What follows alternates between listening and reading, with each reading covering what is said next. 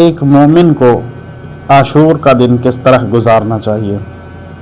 عزیزان محترم، عاشور کا دن قیامت کے دن کی طرح ہے کہ جس دن میں اہل بیت علیہم السلام کے گھر کے چاند کربلا کی زمین پر بکھیر دیے گئے، اصحاب امام حسین علیہ السلام کو قتل کر دیا گیا، اور اہل بیت علیہم السلام کی خواتین کو قید کر کے کوفہ اور شام کی بازاروں تک لے جایا گیا۔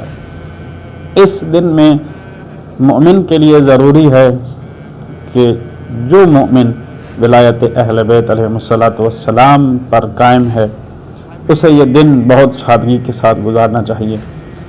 اہل بیت علیہم السلام کی تعلیمات کے مطابق یہ پورا دن مومن کو گریہ وزاری اور امام حسین علیہ السلام کے اوپر آئے ہوئے مصائب کو یاد کر کے گریہ کرنا چاہیے۔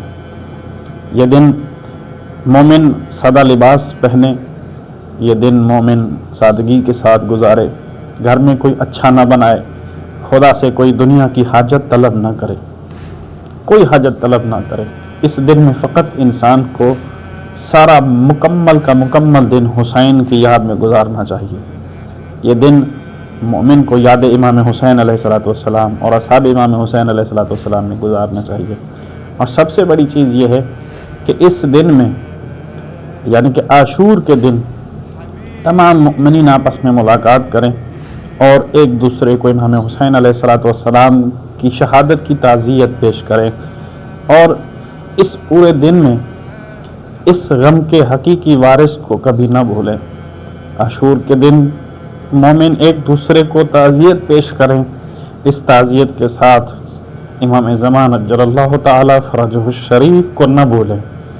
اس دن میں پورا کا پورا دن حسین ابن علی پر گریہ کریں اور وقت کے حسین کو ضرور یاد رکھیں، کیونکہ ہم اور آپ صرف اور صرف اتنا کر سکتے ہیں کہ پانی کے آنسو رو سکتے ہیں، لیکن آپ کا اور ہمارا امام جو پردے غیب میں ہے، امام فرماتا ہے آپ پانی کے آنسو روتے ہو، میں حسین ابن علی کو کربلا میں ایسے دیکھتا ہوں جیسے میرے سامنے کربلا ہو، میں خون کے آنسو روتا ہوں۔ اس دن میں مومنین ایک دوسرے کو تعزیت پیش کریں اور اپنے وقت کے امام کو ضرور یاد رکھیں۔ خدا ہم سب کو امام زمان علیہ السلام کے رکاب میں محشور فرمائے۔